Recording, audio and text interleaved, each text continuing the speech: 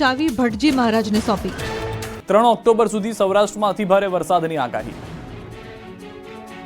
72 કલાક સૌરાષ્ટ્રના ખેડૂતોને ખેલૈયાઓ સાવધાન રહેજો। હજુ 3 દિવસ વરસાદ પીછો છોડવાનો નથી। હજુ પણ મેઘરાજા રાસલીલા કરવાના મૂડમાં છે। હવામાન વિભાગ દ્વારા 3 ઓક્ટોબર સુધી રાજ્યમાં હળવાથી મધ્યમ વરસાદ પડવાની શક્યતાની આગાહી કરવામાં આવી। એમાં ખાસ કરીને સૌરાષ્ટ્ર અને કચ્છમાં આગામી 3 દિવસ ભારે વરસાદની સંભાવના છે। હાલમાં ખંભાતના અખાત પાસે વેલમાર્ક લો પ્રેશર સક્રિય થયું છે, જેથી વરસાદ રમઝટ બોલાવશે 3 દિવસ સુધી। રાજકોટ, દેવભૂમિ, દ્વારકા, જામનગર, પોરબંદર, જૂનાગઢ, અમરેલી, ગીર સોમનાથ, દીવ અને કચ્છમાં અતિભારે વરસાદ પડી શકે છે।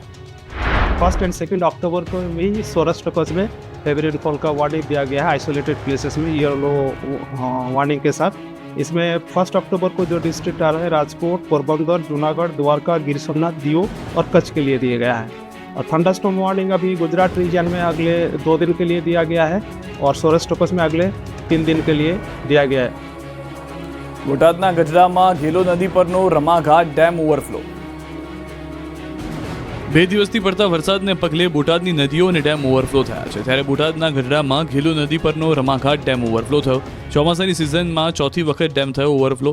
ઉપરવાસમાં ભારે વરસાદ થતાં નવા નીરની આવક થઈ। ડેમ ઓવરફ્લો થતાં નીચાણવાળા ગામોને ફાયદો થશે। વિંછિયા, જસદણ સહિતના વિસ્તારોમાં ઉપરવાસના વિસ્તારમાં ભારે વરસાદનો ફાયદો બોટાદ પંથકના ખેડૂતોને મળ્યો।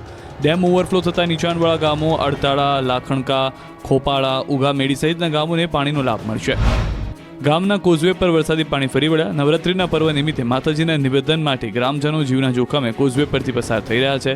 ધસમસતા પાણીના પ્રવાહ વચ્ચેથી ગ્રામજનો પસાર થતા નજરે પડે છે, તો નજીકમાં બનેલી રહેલા બ્રિજનું કામ ચાલી રહ્યું હોવાથી સ્થાનિકોને ફરજિયાત આ કોઝવે પરથી પસાર થવા મજબૂર બનવું પડે છે। જો કોઈ દુર્ઘટના સર્જાય તો જવાબદાર કોણ, તેને લઈને પણ સવાલ ઉઠી રહ્યા છે। આ તરફ આઠમા નોરતે પણ સાબરકાંઠામાં વરસાદ પડ્યો। હવામાન વિભાગની આગાહી વચ્ચે વાતાવરણમાં પલટો આવ્યો અને હિંમતનગર શહેર અને આસપાસના ગ્રામ્ય પંથકમાં હળવા વરસાદી ઝાપટા પડતા ખેડૂતો અને ખેલૈયાઓના જીવ અદ્ધર થઈ ગયા। નર્મદા ડેમ સિઝનમાં પહેલીવાર ચલોચલ થયો તો અમરેલીના ડેમ પણ છલકાયા। રાજ્યમાં અને પડોશમાં રાજ્યમાં વરસાદને પગલે ગુજરાતની જીવાદોરી સમાન નર્મદા ડેમ સિઝનમાં પ્રથમવાર